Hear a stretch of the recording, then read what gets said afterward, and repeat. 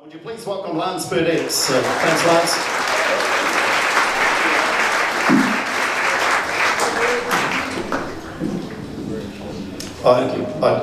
I kind of apologise, or we might need to drop the level on the mic a little bit if someone's on the controls. I apologise for that description, but it was yours. Explore that a little bit more for me in terms of your school days at Massey, because they were great days, but were they challenging as well? I spent quite a bit of time outside of Jack Adams' office. Jack and I go way back. I was shit. So those that used to smoke down the back, so when I was at Massey's, the fields were still being, and in fact the buildings were still going up, but way down the back field, smoking down there, drinking, used to sneak beer, and it was great fun. Didn't learn anything. It was. Just hold that mic up a little bit closer as well, so we don't want to miss any words. And yet, fond reflections of school despite some challenges. Yeah, well, both my parents were Air Force, and so we moved every 2 to 3 years. So I didn't really have a school that I could say was mine. But when I landed at Massey, I went to Fraser High for the first start of my high school, and then within 3 months was at Massey. And when I got there, all my schoolmates from Hobsonville Primary School were there, and it was just amazing. I felt like I was at home. Tell me about Rex Curtis. Oh, I don't know. There's no family of Rex here, is there? He didn't like me, let's just say that. I spent quite a bit of time, whenever the woodwork class was on, I had to go and stand at the top of the stairs where he could see me, and that was my woodwork. But he didn't teach me a hell of a lot out of that, but the next year, so the year I left high school, I was back the very next year as an apprentice builder working on Massey High School. And the first person I saw, Rex. And I had great pleasure in saying, "G'day Rex, how you going, mate?" And he was alright with that? He went, his eyes lit up and he goes, "You're a builder!" It's anything that can do. You spent how many years in the construction industry? 20. 20 years. And rose through the ranks? How was that experience? I can't settle, and I'll open up here something that I just did yesterday. Was an ADHD test online, and I have ADHD and didn't know it. So I'm always somebody that gets bored within a few seconds, and so just started learning and studying and doing all sorts of things, and 20 years I rose to a construction manager, got all the qualifications there, and then decided to join the police for an easy lifestyle. Yeah. Tell me about that and how that happened though, because I believe that was literally an engagement, if you like. Not that you were being arrested, but literally some police came to your house, and that just sparked. It was the building site, and we'd had a burglary, and so a couple of cops turned up in a car, and they I looked at the uniforms, and they were laughing and joking and had this real flash car, and I thought, geez, that's an easy job. So just at that time, Banksy's 500 or 900, I can't remember now, but John Banks was a police minister, and he said we're going to increase the number. So I applied at the age of 35, joined police. Wow. And that wouldn't have been an easy change, because you don't just join the police and suddenly you get assigned. I mean, tell us about that, and to see, I believe that for the first time in your life you were taught how to learn. Is that right? Yeah, so when I got to college, I went through all the selection processes and did really well, but I couldn't learn when I was there. And one of the tutors there sat me down and said, "No one's shown you how to learn, Lance." And so when they said, "Here's 4 different models to learn," I just took off, and I've never stopped learning since. And as you say, I've got working on a 3rd diploma now, 2 diplomas, and masters. I just can't stop learning. And you're not slowing down with it either. No. So again, this pattern of you being very busy, very active, and always looking for challenges. Did that apply in your time in the police? Did you also rise through the ranks in the police? Yeah, I guess I was very lucky or worked hard, but I went through both uniform police and CIB, so you swap back and forward, and I ended up as what they call a Band 3 inspector. which was the old chief inspector rank. So I did very well and ended up running the crisis negotiation team. So I was the lead negotiator for New Zealand Police. Yeah, you just say casually, I ended up. It doesn't just accidentally happen. And again, I think, and it seems to be a pattern for you, that you see you're involved in a situation and you literally take something from that. And again, it was what, an engagement with the armed offenders that you saw and thought, that's a bit of me? Yeah, well, there was it was in Massey, the officers around. Hey, come on. It could have been Manurewa. It was in Massey, and the house was surrounded by armed offender squad, and I thought, that looks pretty cool.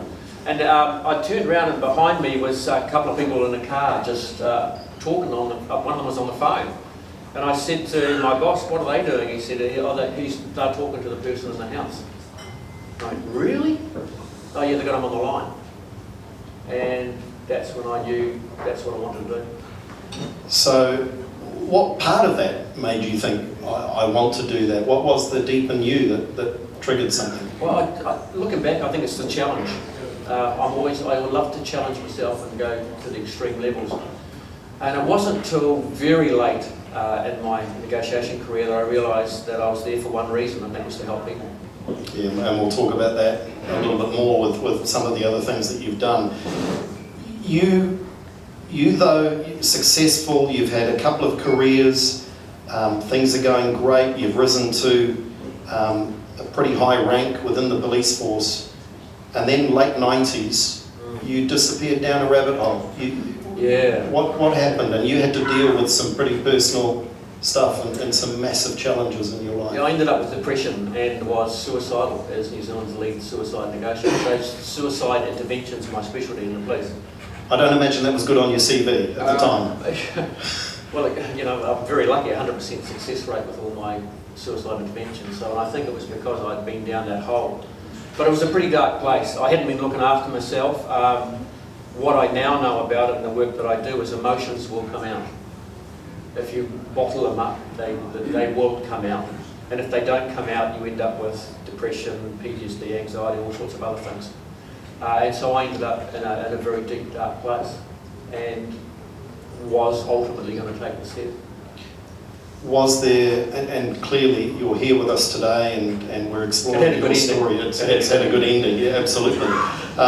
But was there a trigger? Are you able to, did you go back and identify? Did you have help? What was the trigger that led to this occurring? I had a suicidal ideation, it's called, and I was lucky I was a trained negotiator just at that point, so I realised what was happening. I was standing at a window and I looked out and I went, I had a thought in my head, it's not high enough, go higher. It was just that voice. And that was when I realised that something wasn't right. And so believe it or not, I went off down to, we have a padre that comes through every Friday, so I went and visited the padre and said, I don't think I'm well. And that was the start of my recovery. How big a challenge was that? Because, I mean, we're learning so much, we're getting so much better now in society at dealing with some of those issues and talking. But I don't know, 25 years ago, was it an easy thing for you to do? Well, it wasn't easy for anyone. When I went for help, my boss, I said, look, things aren't right, I'm struggling. And he said, sometimes, son, you just got to dig it in. And that's what it was in those days. You just, 3 or 4 bottles of wine, you to sleep, and you just dug it in and you kept pushing through and hoping for the best. And of course it was the wrong thing. The wrong thing, and it was almost the Kiwi way, wasn't it? Yeah, well, it's, I think it's the way we don't like to tell people what's going on inside our head. I mean, if I had my time over again, I'd be coming home and telling my wife, I don't feel well because of what I've just seen and done. Whereas I wouldn't do that because I didn't want to burden her with it. Dumb, but it was the way I dealt with it. And this active personality that you have, what was some of the things, what was manifesting in your behaviour? Because I believe that you were almost out running a half marathon every day. Yeah, what was happening? So, as luck would have it, a psychologist came to and had a training day. And he said exercise is good for you, running in particular. So I'd run 10 Ks in the morning and do an hour in the gym at night after a 10-hour day. and wondered why I fell over. Yeah. So looking back at the time, it did save me. Just being out and just thinking and processing. But of course I had to get serious help. Absolutely. And you mentioned also family. Don't worry, folks, we're going to cheer things up in a minute. I'm wondering where she's going. Family. How big was family in terms of dragging you out of it? For me, it's the most important thing. So I'd abandoned my family. When you get involved in something like the police, and I was doing short-term undercover work and doing some very, very cool stuff, running witness protection, ran witness protection for 2.5 years, doing some very cool undercover and covert policing, you get sucked into that whole void. It's exciting, it's just exhilarating, but you're not, your emotions are going up and down, and so that's what I abandoned, and that's what ended up saving my life. And some of the things you've gone on to achieve, is it fair to say you may not have achieved them had you not been as low as you were? Are there great learnings from where you've been and what you've gone through? Yeah, look, I think the biggest thing I learned is that we're all better and stronger than we think we are. When you're down there, it's a hell of a place to try and get yourself out of. And when I started believing what I was doing, what the psychologist was telling me, and getting involved, I started to learn and grow. Now, you never learn from your past unless you look back. The only way you learn from your past is to go back and examine it, and that's what I started to do. And that was a healing. Just like, and I normally ask people in the room, how many of you have had physio? So you've all had therapy then? Yes is the answer, because that's what physio is, it's physiotherapy. And what do? They push on the thing that hurts the most, don't they? So what does a psychologist do? There's no difference. And that's the thing that I learned, is that if you've got to go back there, you really do. And the people I help these days, I have to take them back there. And if they don't want to go back there, I just say, well, there's nothing I can help you with. Because that's what I do these days, is I help people who are down that hole.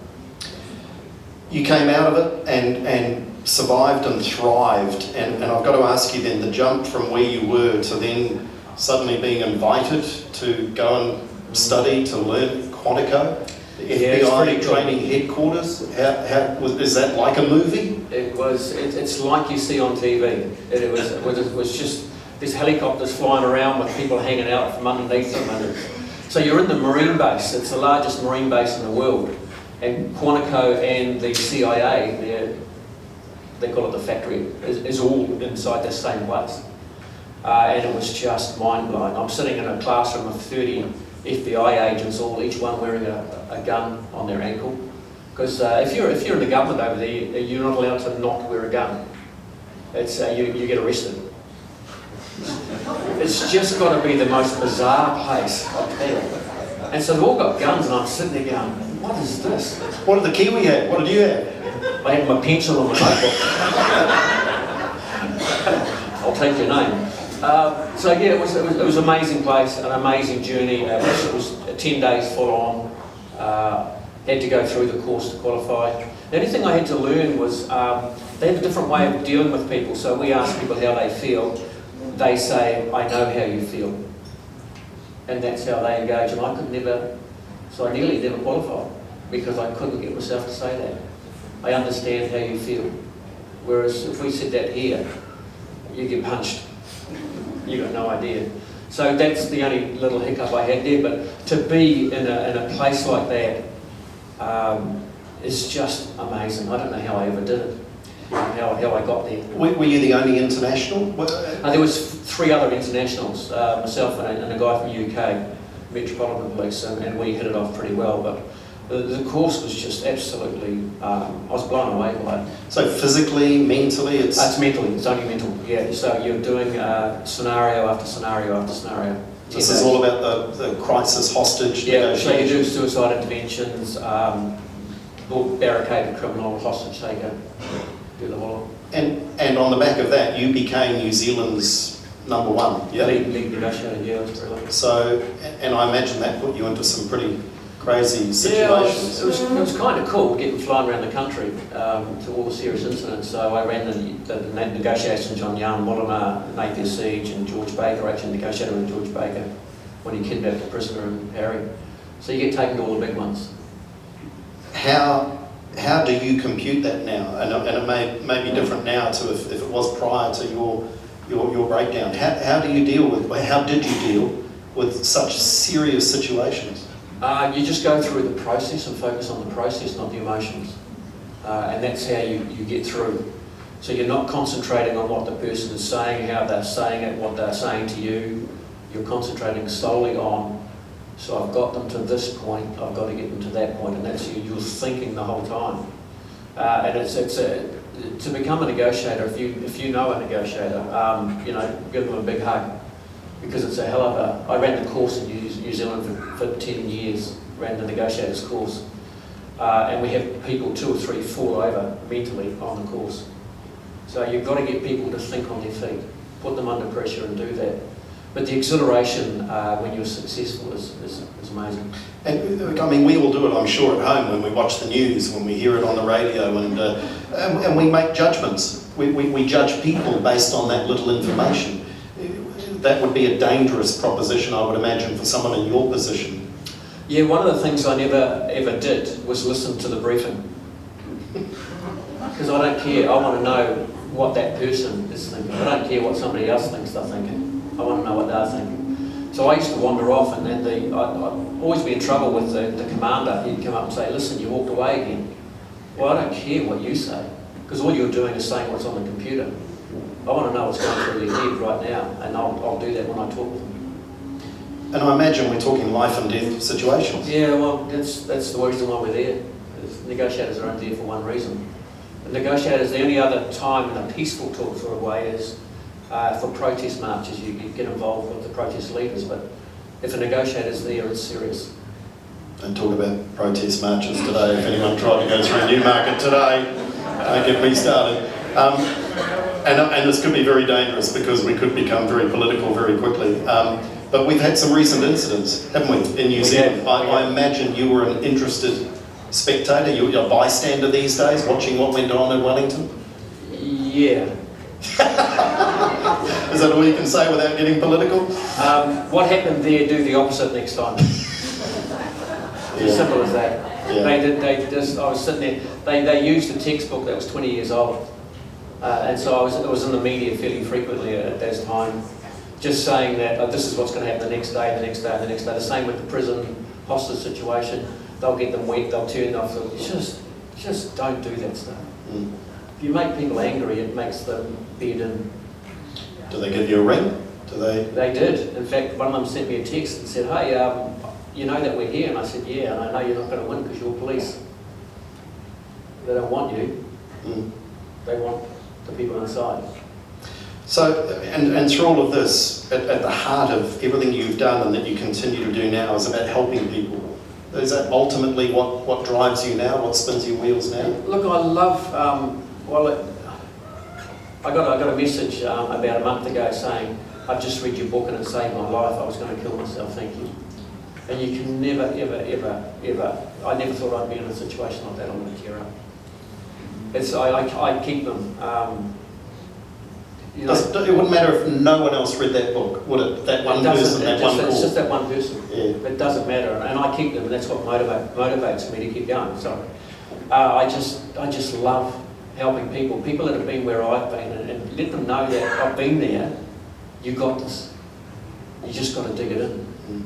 You got this, but you've got to have somebody alongside you to help you. Yeah, and again, so. And I guess you're talking family as well as professionally. Family whānau is the biggest one, but if you haven't got that, you have to have somebody else. In terms of those situations, has anything gone south? Has anything gone in the wrong direction, got out of control? When I've been involved? Yeah. Saying no and everyone will clap, it'll be amazing. Thankfully not. But the only one that we didn't go as well as I'd hoped was the young Morena, because our job is to get everybody out alive regardless of what they've done. And the public don't understand that. Yes, he's killed a colleague and shot 2 others, But the idea is everybody gets out and they're held to account. And when he took his own life, that was my second stage of going back to help, because I needed to get some help sorted out. Has the system changed? Is it, if someone now was in the same situation as you were 25 years ago, has the system changed? Are we learning? No. Not enough? The answer is no if you talk about police. In the outside world, yes we are. We're absolutely learning. We're learning in our schools. We're learning to talk about things. We're learning to share our stories, be more open with each other. And that's the key to this. Don't bury it. You've got to get it out. Look, there wouldn't be a person in this room, I don't think, that's been through a struggle that's set them back. And some more so than others. And when I look around the room, I can tell by the people that are looking away. So many of you have been in the same situation. But we just don't tell people that because it's supposed to be not talked about. Well, it has to be talked about. And, you know, can I ask how many of you have been there? Be proud. Be proud. Who's had a struggle? Who's had a struggle or two? Who's had a struggle in your life? Come on, put your hands up, you know, the rest of you. You see, the hands will slowly go up. I normally do it the other way around. I ask people to put everyone in the room, put your hands up. Right, put your hand down if you haven't had anything, and the hands stay up. It's hard to put your hands up, isn't it? So I always get people to put their hands up, then put your hand down if you haven't been through. And there's only 2 or 3 hands will go down. What have you seen, and there are a lot of people in here that'll have teenage kids or 20s kids. Last couple of years has just been nuts. It's just been, I don't know, again I'll almost look across at this generation over here. This has just been they're doing okay. They're doing all right. They've got a red wine in front of them. They're okay. But seriously, the world's been spun off its axis. What are your observations of that generally? When we went through the COVID thing, we got asked to be locked down now. So what you're seeing at the moment is violence has escalated 30% globally. But with our young, with our kids, they particularly the 15, 16, 17-year-old, they have to have connection with peers. They have to. And that's been taken away from them. Our primary school years taken away from those kids, they'll never get it back. And at the moment, we're in this big petri dish. We're unsure of how that's going to impact on them later on. Yes, they're resilient, but the first 1,000 days is the most important for children in their lives. And so when we start getting into going to preschool, that's very important. So we still don't know until 16 years' time, but certainly the 16 and 17-year-olds have had a really hard time. So mums and dads, back off, give them a break. Absolutely. Just know that the emotions are going to come out and you're going to be the target. I think we probably all know that. It's probably happening currently. What led to you to choose a new career path again? What was the decision to move away from your role in the police and start your own business? I started to speak my mind. So at that stage, well-being was important to me. I was working in the 111 call centre. In fact, I was responsible for recruitment and training of staff across all 3 111 call centres. And they didn't have enough staff, and so staff were falling over mentally, and there was horrible things going on. And I started speaking my mind, and I just knew that it was time for me to leave. So I had a laptop, and I had a PowerPoint, and I just decided to start a business. And isn't just like that. Isn't that the modern way? It's just fantastic. That's all you need. Just before I left the police, somebody said, "Oh, so you've done a market survey?" And I went, "A what?" And it wasn't until 2 years into my business that somebody said, "Can I have a look at your plan, your business plan?" I said, "A what?" "But how do you do your business?" I said, "I've got an Excel spreadsheet." And I just pick up the phone and phone people and say, "Hey, this is what I do. Can I help?" And so what is it that you're doing? What does WARN, little chance for WARN stands for Wellness, Awareness, Resilience and Negotiation. So it's more around, so we deal with 3 parts. So the first one is advanced communications. So mainly these days de-escalation of angry people, but engaging with people who are in emotions. The second part is personal safety, done from a lens. Everything's done through neuroscience. So I work in the neuroscience space. This is how our brain processes information and human behaviour. And then the last part is well-being. And internationally, or? Yeah, internationally, we although not allowed to go at the moment, or we're just getting back into it, but it's going to take a while. But certainly overseas via Zoom.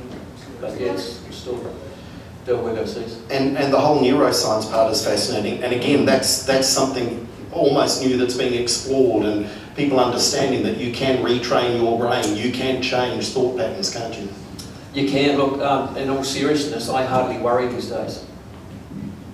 I'm the biggest worry you'll ever have. I had an ulcer, what they call a juvenile ulcer at 10.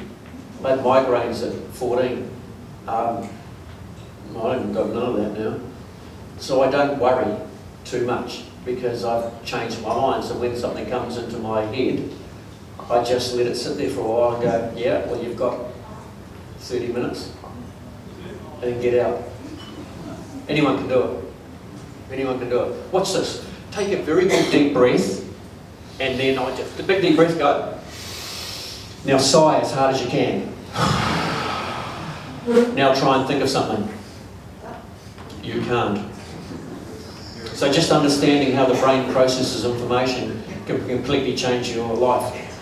So simply, if you are feeling overwhelmed, just sigh. It's not rude to sigh.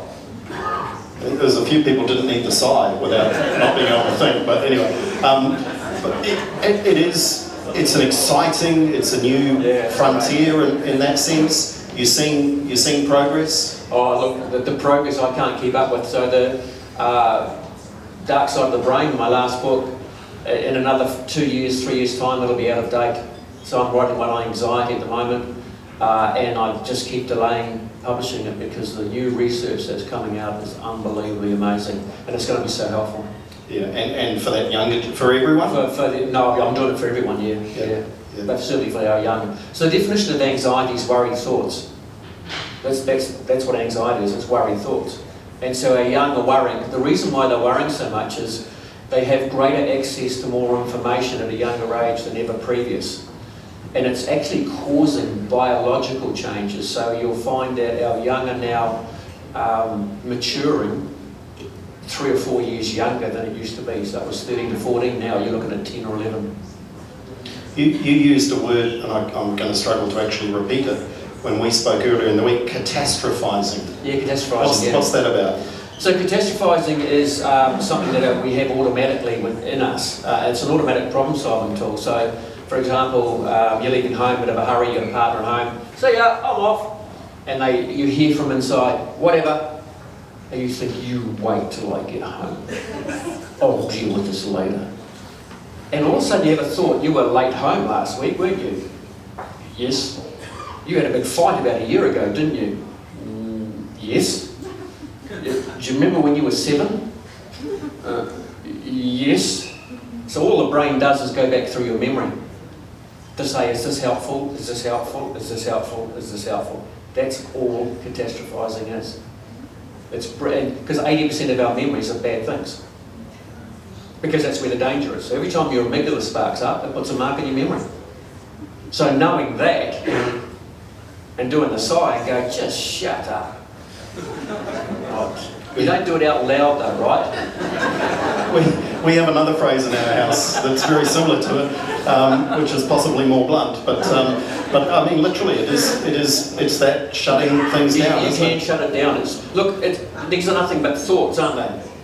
So whose thoughts are they? And one of the learnings is that you're not defined by any one day, one moment. You know, you're a collection of all of your achievements and everything that you've gone through, good or bad. Yeah, and that's the key to life. It can change on a dime, for good and bad. So all you've got to do is keep moving forward, and see what happens. And that's the key to all this: is just keep one step in front of the other. See, the brain sees the mountain top, but doesn't see how to get there. You're always looking too far ahead. Have I ever had a plan for life? No. Could I sit down and write my career path? No. I just let it unfold, and I'm just fortunate that I'm where I am and have done some amazing things. Yeah, I'm quite proud of some of the things I've done.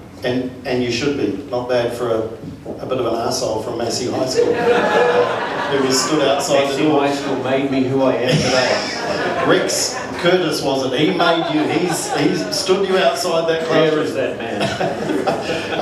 Listen, it's been fascinating. We've only got this amount of time to chat. Sure. I know there's so much more that you can share with people, and I'm sure whether it's in conversation tonight or if people want to reach out and touch base, are you working with businesses, with teams, with individuals? Yes, so it's mainly businesses. I do free consultations for people I know, so people who are struggling and need help. So that's free. I do free community events. Get me a hall and I'm there. But the business, working for companies, keeps me going, and that pays the bills. Yeah, and an amazing story, it really is. And I urge everyone, if you haven't already, in turning up here tonight, go and read a little bit more. Just see the bio on the Warren website. An amazing story, and rightly you should be proud, even if you didn't break that shoulder arresting someone. It was just falling on the roof at home. But wonderful story. Thank you so much for coming back. I know Mark and the team. Ladies and gentlemen, Lance Burdett.